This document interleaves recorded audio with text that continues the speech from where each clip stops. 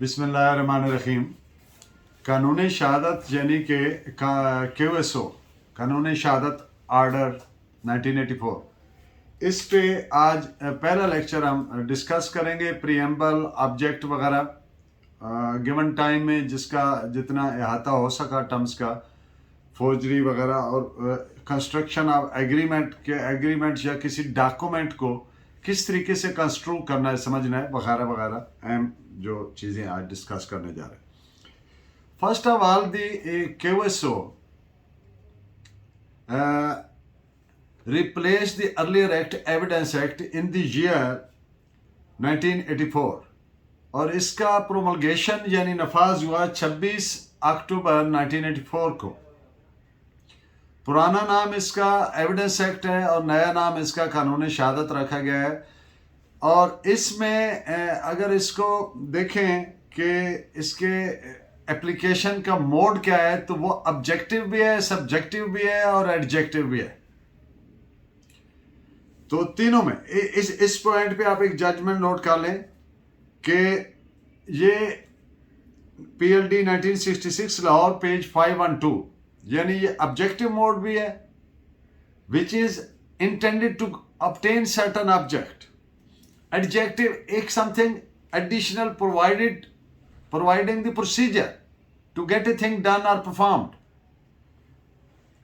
और सब्जेक्टिव भी है, यानी सबऑर्डिनेटिव टाइप इन नेचर है। तो ये compendium of rules and procedures of practice है, खुलासा है, उनका समरी है। तो ये जो मैंने जजमेंट अर्ज की, इसमें ये पॉइंट्स एलेबोरेटेड हैं। QSO is a replica of the earlier act termed called as Evidence Act. इसमें सिर्फ 2-3 चीजें चेंज की गई। नंबर 1, सेक्शन 3 जो एविडेंस एक्ट में था वो रिपील हो गया।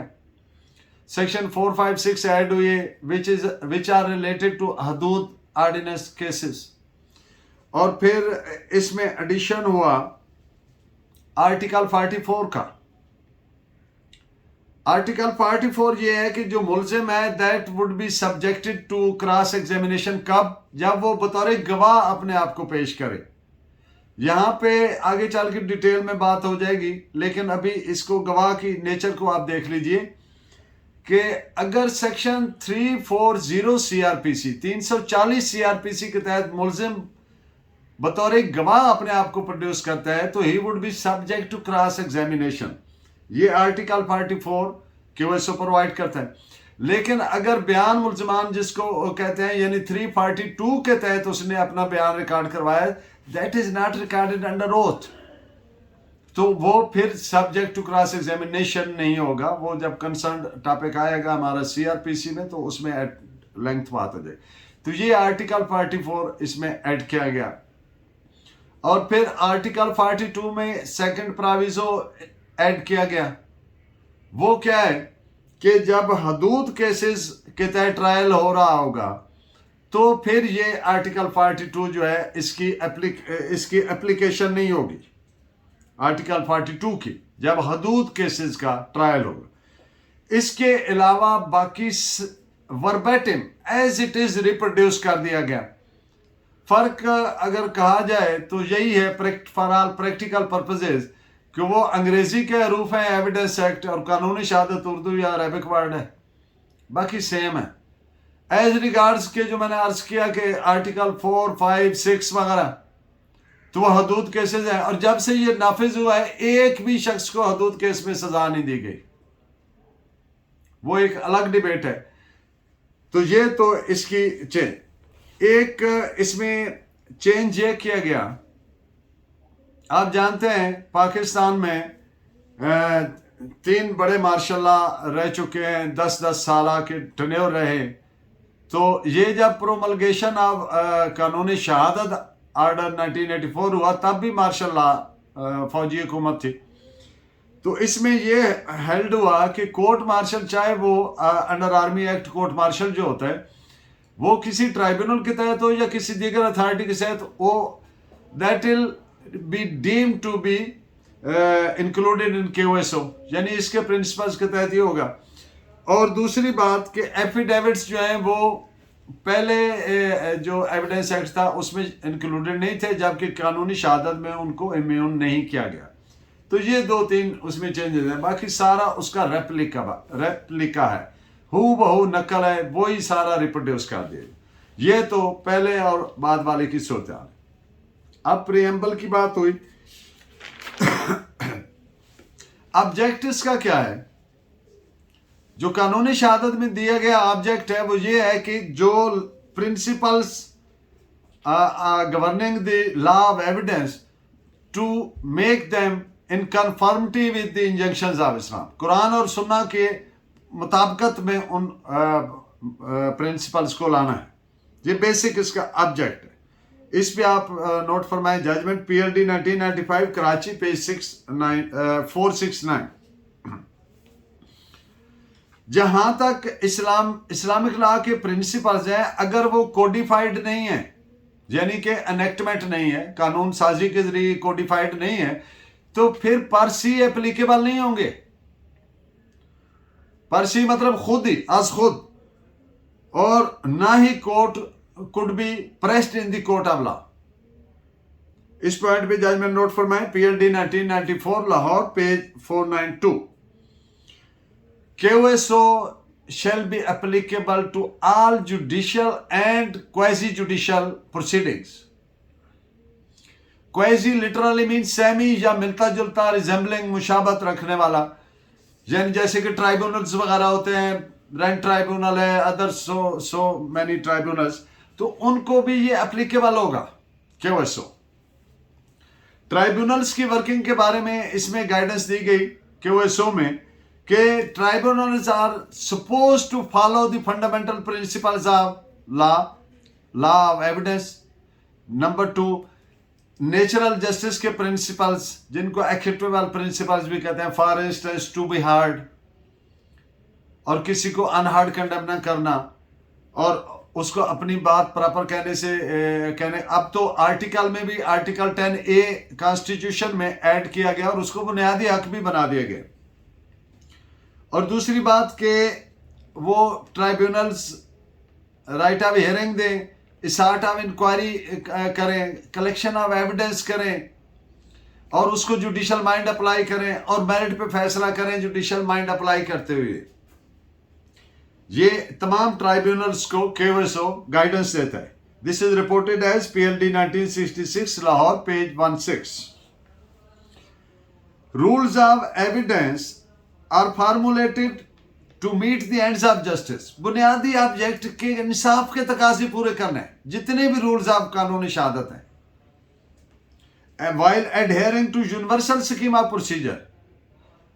ये एविडेंस एक्ट चूंकि जो पहले वाला था, that was got enacted in the year 1872, यानी अंग्रेज दौर में, तो उसके जो बेसिक प्रिंसिपल्स हैं, जितनी भी कॉमनवेल्थ कंट्रीज हैं उनमें ऑलमोस्ट सेम है। आप जानते हैं कॉमनवेल्थ कंट्री जहां पर बरतानिया की हुकूमत रह चुकी है are called as commonwealth countries, तो उनमें प्रोसीजर और principles of law of evidence are almost the same उसके मुताबिक। और इसका ऑब्जेक्ट क्या है कि सच्चाई तक पहुंचना।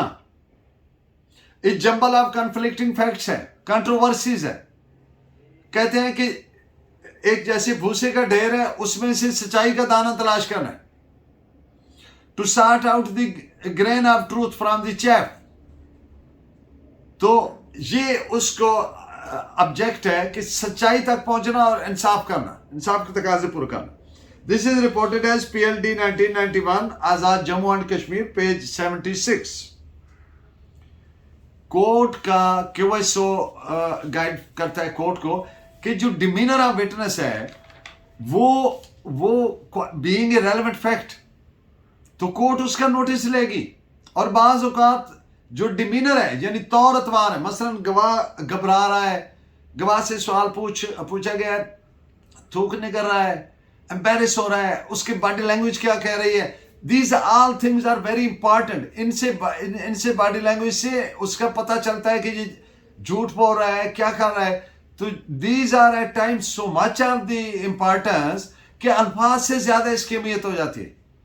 तो जो ट्रायल कोर्ट को ये एज हासिल होता है कि वो विटनेसेस का जो डिमीनर है, जो उनके तौर अतवार हैं, जो बॉडी लैंग्वेज है, उससे वो बहुत कुछ हासिल करते हैं। तो it can be take notice of by the court. This is reported as PLD 1969 Lahore, page 257। और फोर्जरी के जो इल्जामात है, जालसाजी के, वो कभी भी ऐसे प्रिजम्पशन पर नहीं, उनको प्रूव करने के लिए जिसने अलेज किया है वो कंसाइज और सब्सटेंशियल और बिल्कुल क्लियर एंड कन्विंसिंग सबूत देगा, तभी वो तस्वर होगा। सो इस पे 2 जजमेंट्स नोट फरमाए। PLD 1967 supreme court, page 167 and 1982 CLC, page 1781। Documents, अब ये जो मैं आपसे गुजारिशात कर रहा हूं, इनमें जो रहनुमाई प्रोवाइड करते हैं, गाइडेंस हमारा करता है KOSO। अब एक डॉक्यूमेंट है वो एडमिसिबल इन एविडेंस है, तो इसका मकसद ये नहीं है कि वो साबित हो गया। उसकी जो डॉक्यूमेंट एडमिट करा रहा है, एग्जिबिट करा रहा है, तो वो एब्जॉल्व नहीं हो गया, उस ड्यूटी से बरी उल जिम्मा नहीं हो गया कि उसको उसके कंटेंट को प्रूव करने का जिम्मा उस पर मौजूद रहेगा। मैज एडमिसिबिलिटी से काम नहीं चलेगा, तो डॉक्यूमेंट को प्रूव करना पड़ेगा। Document means the content of the document. तो दिस इज रिपोर्टेड है, ये this is provided in article 79 of the KOSO, जो मैंने अभी बात की। इस पे जजमेंट भी नोट कीजिए, 2013 SCMR, पेज 1113। डॉक्यूमेंट की रूल ऑफ इंटरप्रिटेशन क्या है ऑफ ए डॉक्यूमेंट? तो interpretation of a document is necessarily a question of law to find out the real character of the transaction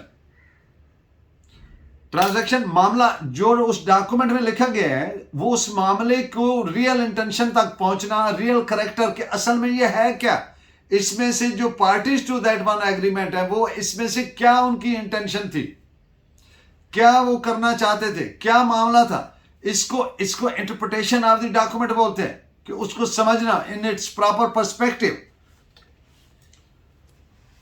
और ये एक जो डॉक्यूमेंट की मौजूदगी है, it furnishes, provides a positive test. So this is reported in 2 judgments, PLD 2014 Lahore, page 26 and PLD 1985 Lahore, page 437। Construction of document, एक document को कैसे कंस्ट्रू करना है, कैसे समझना है। अब मिसाल के तौर पर डॉक्यूमेंट का करेक्टर उसकी डिस्क्रिप्शन से नहीं हो जाना। मसलन ऊपर मैदा लिखा हुआ, तो आप उसका कंटेंट देखेंगे, उसके कंटेंट से पता चलेगा कि ये डॉक्यूमेंट क्या है। फैमिली सेटलमेंट है, गिफ्ट डीड है, या अगर ऊपर महज नाम गलत भी उसका डिस्क्रिप्शन दे दिया तो उससे फर्क नहीं पड़ेगा, असल चीज कंटेंट है।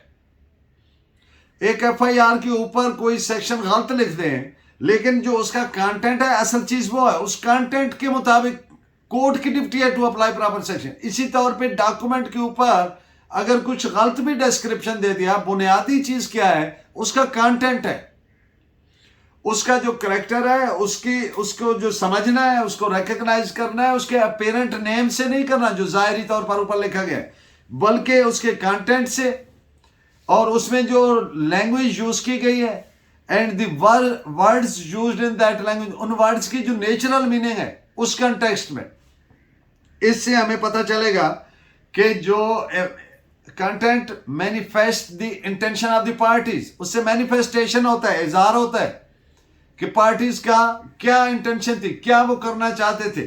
तो इसलिए इसके लिए भी कानूनी शहादत हमारी मदद करने के how to get construed a document, एक डॉक्यूमेंट को कैसे इंटरप्रेट करना है, कैसे कंस्ट्रू करना है। तो this is reported as 2005 SCMR, page 456। जो फॉर इंस्टेंस फैमिली सेटलमेंट है, वो बाइंडिंग है अपॉन द पार्टीज। तो whenever we say the parties includes their successors as well।